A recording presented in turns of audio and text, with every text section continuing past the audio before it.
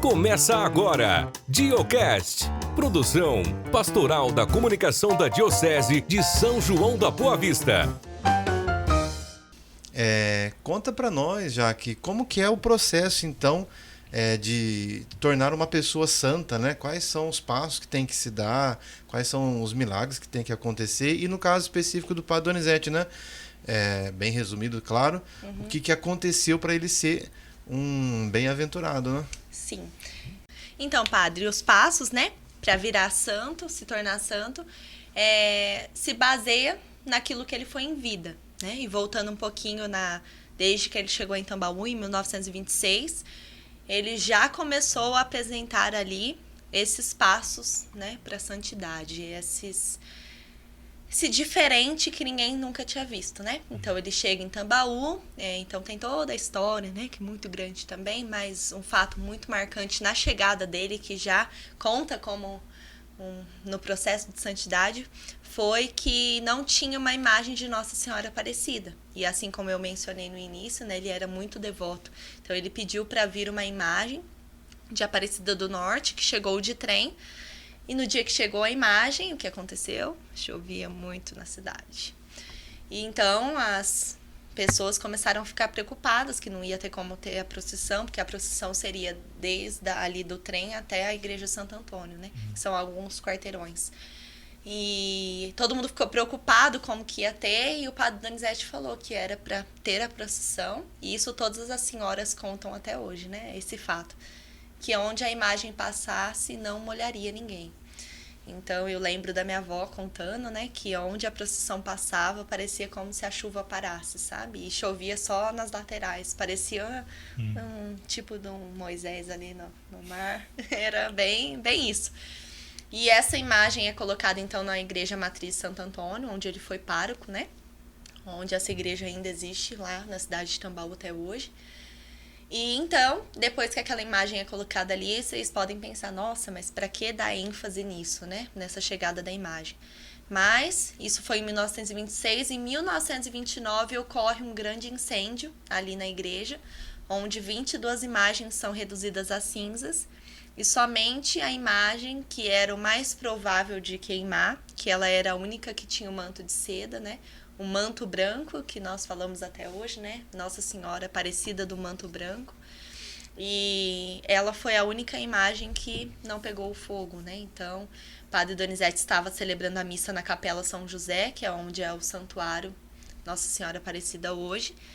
E ele sai, então, acaba a missa, vai lá, entra, pega a imagem de Nossa Senhora, ilesa. E essa imagem, a gente já sabia que algo tinha, né? Não na imagem, nós não veneramos a imagem, né? Nós sabemos disso, mas uma forma de Deus mostrar a sua manifestação, né?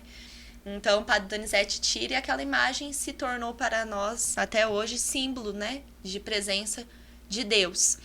E depois disso, o Padre Donizete, então, começa a sua fama de santidade, respondendo a pergunta do padre, em vida ainda. Então, o primeiro milagre dele foi para um vendedor de vinho, que ele tinha problema nas pernas e não conseguia muito andar. E como ele era vendedor, ele precisava muito das suas pernas. Então, ele foi até o padre e pediu uma bênção. Ele não sabia que o padre fazia milagres, ele não sabia nada.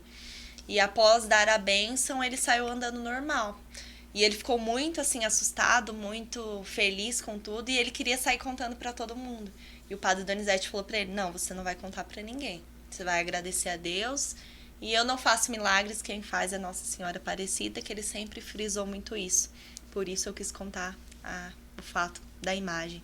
Ele sempre frisou Nossa Senhora Aparecida na frente dele, não ele, né?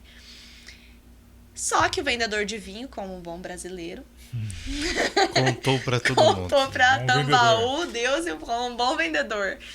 Nada contra os vendedores. Mas ele contou para Deus e o mundo, e todo mundo começou, então, então eu vou pedir uma bênção pro padre. Não, se o padre curou as pernas dele, vai curar a minha doença mental, espiritual, física. E aí todo mundo começou. Então a gente tem todas as histórias, né? Muito famosas ali em Tambaú. Temos o Milagre da Corrente, que era uma moça, né? Que era taxada como louca, porque na época não tinha as doenças psicológicas, né? Então era taxada como louca. E aí ela vivia acorrentada e após a bênção do padre ela é liberta das correntes. Temos até hoje as correntes lá na casa, né? No Museu do Padre Donizete. Temos o Milagre do Menino Braguinha, que é tudo assim, eu sempre gosto de falar isso, que tudo na vida do Padre Donizete, o improvável se torna provável. Porque o Braguinha, que era um menino que não conseguia andar, vivia com seus aparelhos ortopédicos, após a bênção do padre, ele foi com um caminhão de pau de arara, morava longe, morava em outra cidade, foi para Tambaú, recebeu a bênção, e nós temos isso no filme, inclusive uma indicação, né? Um documentário, na verdade, que chama O Poder da Fé, que está disponível no YouTube para quem quiser assistir, que conta. Graças a Deus tivemos pessoas que filmaram na época tudo isso acontecer, então temos filmagem para quem quiser assistir, assim, é um testemunho de fé muito bonito.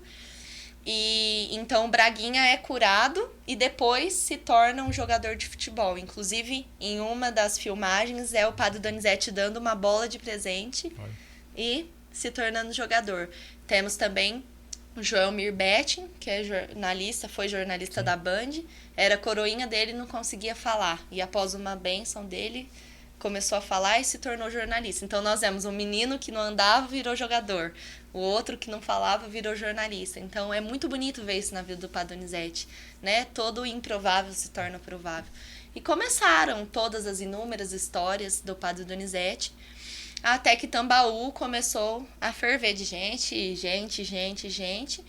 e aonde foram as grandes romarias em 1955, que era onde a cidade não comportava mais ninguém. Não tinha... Tem relatos da época que não tinha nem como entrar em Tambaú e nem como sair de tanta gente. Então foi aonde que a prefeitura, né, os políticos acharam melhor, porque naquela época também tinham as doenças, né, tinha essa questão de aglomeração, e começou a se tornar inviável, porque tem histórias do tipo de pessoas que iam para Tambaú, não conseguiam chegar perto do Padre Donizete, e começaram a levar casco das árvores, arrancar. Então começou a ser destruído até o patrimônio público, porque queriam algo do Padre Donizete, não iam chegar perto, então queriam algo. Sim. Então levavam embora e fazia chá e fazia algo e era curado. Então a prefeitura tem até foto, é muito legal essas fotos, de que tiveram até que cercar as árvores, porque as pessoas começaram assim a enlouquecer para poder chegar. Mas uma loucura boa, né? Uma loucura de fé. Hoje eu vejo, assim, a que ponto as pessoas chegavam de ir procurar o Padre Donizete. De não ter condição, não ter condução, nem condição. De chegar. Mas chegava. De alguma forma chegava. Então, em 1955 foi o ápice de romaria, de gente lá. E então falaram para o Padre Donizete parar com as bênçãos, né? Então foi onde em 30 de maio de 55 ele dá a última bênção da janela. E as pessoas muito tristes, principalmente as senhoras, né, tão devotas.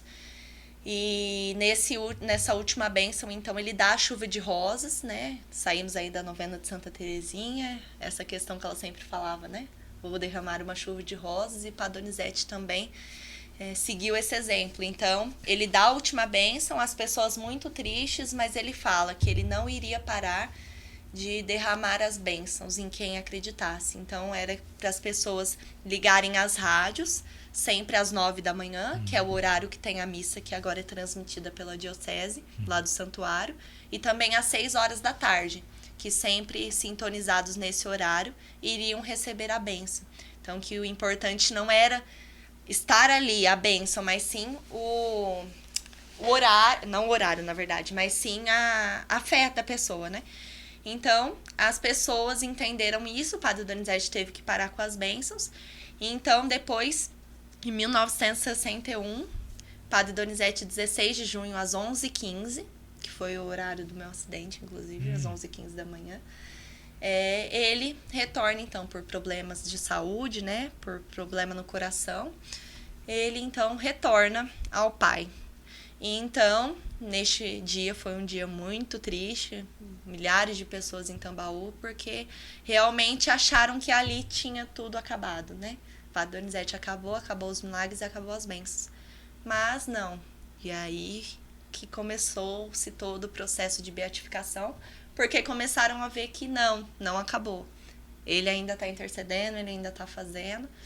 Então, começou-se, né?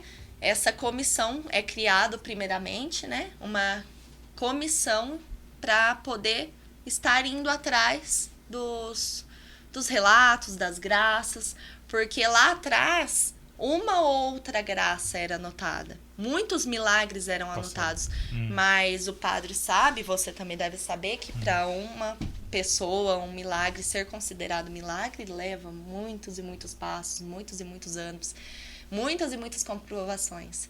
E não tinha-se muito isso. Então foi criada essa comissão para ir atrás mesmo de pessoas, escutar relatos. Inclusive minha tia faz parte do processo de beatificação, a Isilda, e ela conta, né, as loucuras que eram lá em 61, e depois de tudo isso, ir atrás das pessoas e pegar radinho e anotar à mão, e aquela não tinha muita E assim, ó, seria interessante até falar para as pessoas que estão nos escutando, né? Sim. Se tiver alguma graça, algum milagre com o Padre Donizete, né? Conseguir documentar isso, né? Exatamente. Esse é o grande desafio, né? Ele fez muitos milagres, mas para servir, né? Para o processo, tem que ser documentado, né? Algo documentado. Termina aqui o DioCast, produzido pela Pastoral da Comunicação da Diocese de São João da Boa Vista. Até o nosso próximo encontro.